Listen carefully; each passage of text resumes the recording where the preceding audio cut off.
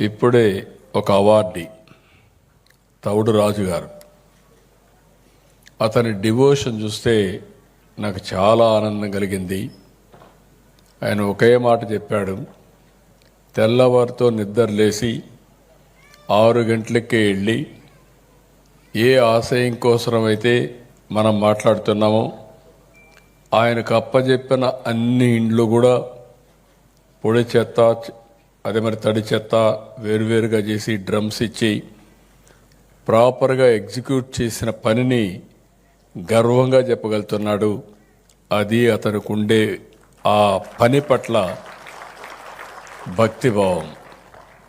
మళ్ళీ మధ్యాహ్నం తిరిగి వచ్చి అక్కడుండే మురికి కాలువలు కానీ ఆ ఏరియా మొత్తం పరిశుభ్రంగా పెట్టాడంటే ఇలాంటి వాళ్ళు నిజమైనటువంటి దేశభక్తులు అని చెప్పి నేను మీకు తెలియజేస్తున్నా. అతన్ని మనస్ఫూర్తిగా మీ అందరి తరపున అభినందిస్తున్నా. ఇంకొక పక్కన శ్రీమతి విజేత,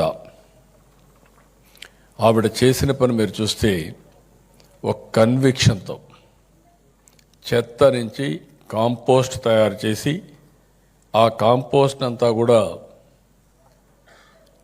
మళ్ళీ కూరగాయలు పండించి ఆవిడ తినడమే కాకుండా 10 మందికి ఇచ్చి ఒక ఆదర్శంగా పనిచేస్తూ 10 మందికి స్ఫూర్తినిచ్చిన వ్యక్తి విజేత గారు. ఆవిడని కూడా మేము అందరి తరపున మనస్ఫూర్తిగా అభినందిస్తున్నాం.